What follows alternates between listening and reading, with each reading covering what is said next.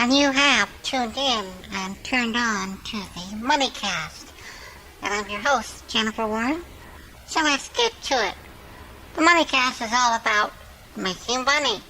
I'm not talking about high finance and becoming a billionaire or what the stock market is going to do, because, frankly, all those guys are really only interested in talking to millionaires and billionaires, and the MoneyCast is for the rest of us who are not millionaires and billionaires, who are struggling just to get by.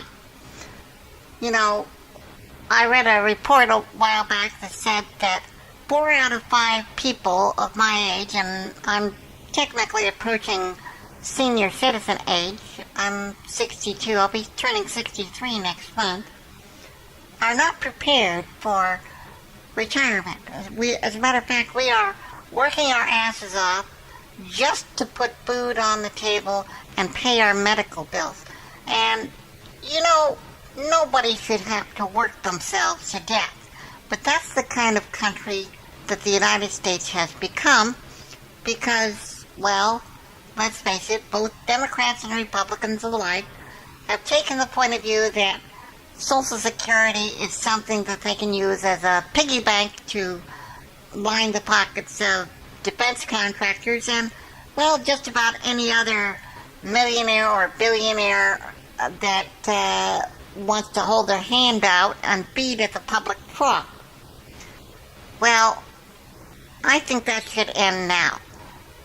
Darkness happens in any country where the truth is less important than, the light of understanding.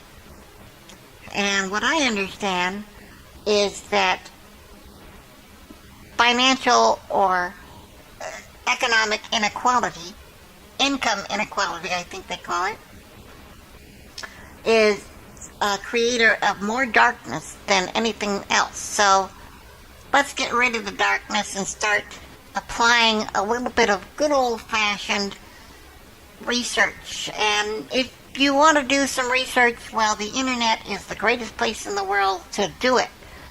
It's just the most amazing thing. You can find out anything in the world. You can talk to people from all over the world, and you can look up things you never knew existed. And what do? When you find somebody from halfway across the world, they say to you, "Do you like dogs?" Excuse me? You know, the world isn't all kittens and rainbows, but still, can we deal with a little bit of reality? Well, we're going to do that right now. So let's start by talking about how to make money. Now, if you are a senior citizen, the odds are that you need to make money. And if you are just starting out, then the odds are that you don't have a lot of experience, so you're not going to get the jobs making the really good money. So you need money too. And if you're in college, boy, do you need money. Believe me, when I was in school, coffee and French fries were a food group, you know? And I lived on that stuff. So I think we can do a little bit better, don't you?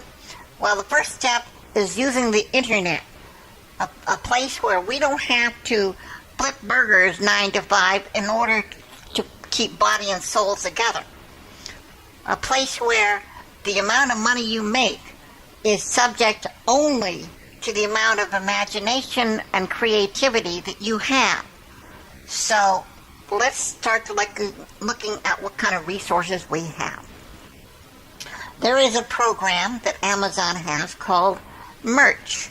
Now, what Merch is, and you can go there for yourself, it's called merch.amazon.com. Now, what Merch is it's a deal where you submit your designs to Amazon, and if they approve them, they will put them on t-shirts and sell them.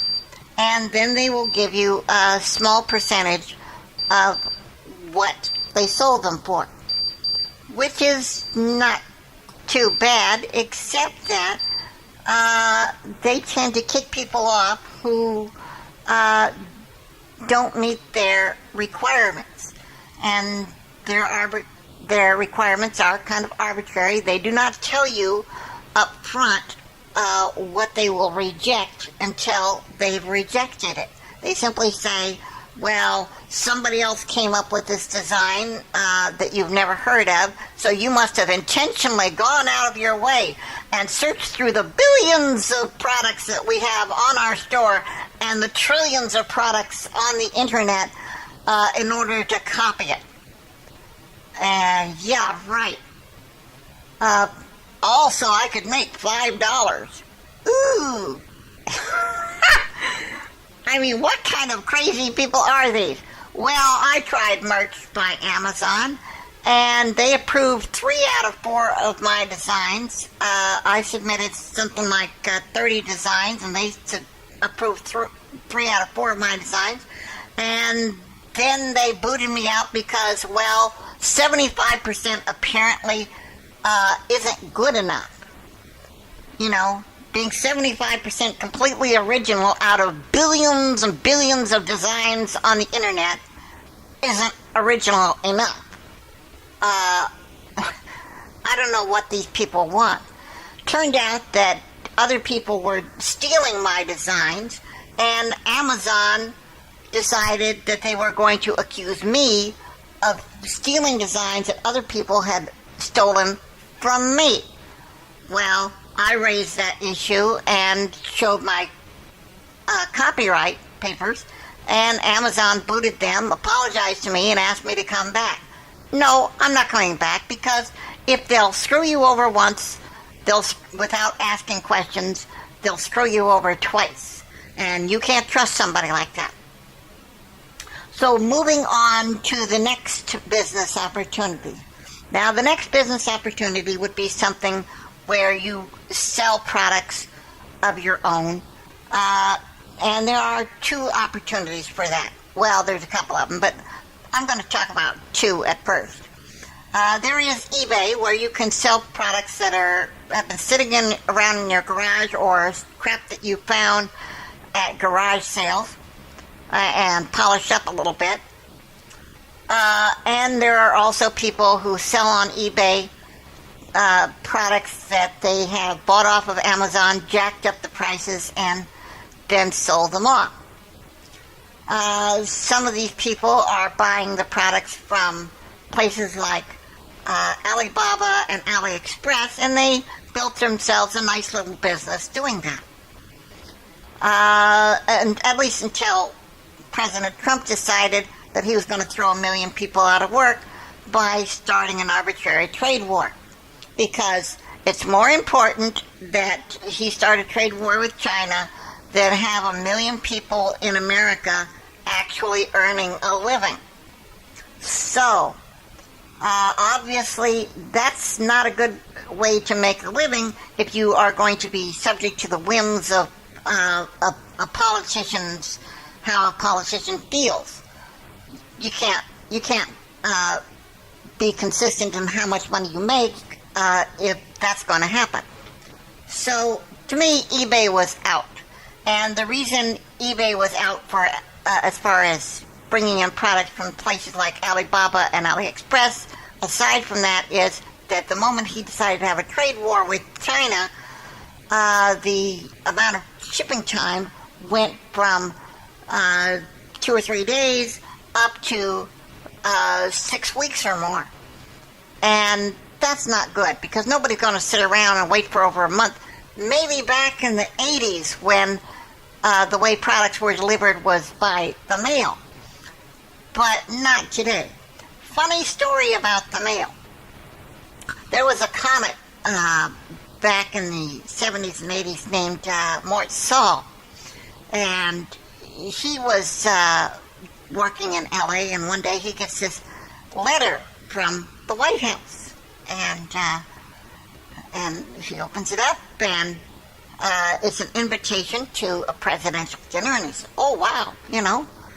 And so he rushes around, and he calls his wife and cancels all of his gigs for for a couple of days and tells his wife and rushes out to get a new tuxedo and, get his suit pressed real quick or whatever, and tells his wife, we're going to the White House, honey, and they managed to get to the White House for the dinner, but the thing is, see, the letter that they got there, they had gotten notice like a day before the dinner was supposed to be. So they get to the dinner, and after the dinner, he's talking with the president, and he says, well, Mr. President, I really do think it's wonderful that you invited me and all, but I kind of wish we had had more notice in advance because I didn't get the letter and the invitation until yesterday. And Reagan says, what? Yesterday? He says, Jimmy, when did we send those invitations out? And the guy says, well, that was 2 weeks ago. And he looked at Mort Sully, says, do you think it should take 2 weeks for a letter from the President of the United States to get across the country? And Mort Sully says, well, what are you going to do, Mr. President? Fire the post office? And Reagan says, well, no, but I could mail them their checks. I always loved that. Well, the point is that these days you don't have time to sit around waiting for people to get their products. You have to get them their products a lot faster. And you can't, people just won't wait. So AliExpress and Alibaba, until this nonsense is over with, can't be counted on for delivering products. And because of the fact that the United States government can't be counted on to,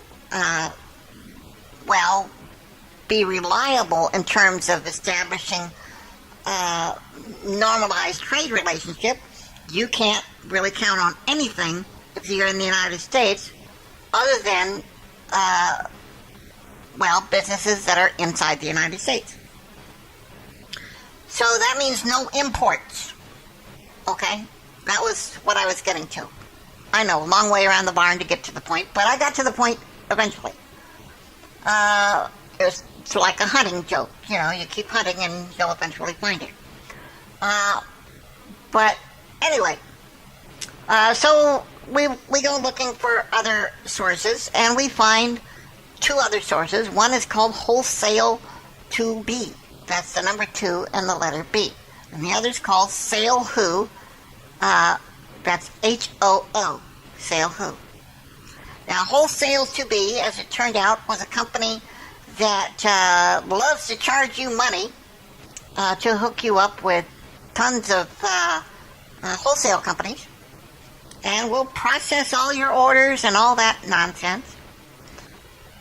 And they bill themselves as a company that makes sure that you are able to sell products directly to Amazon. And you can.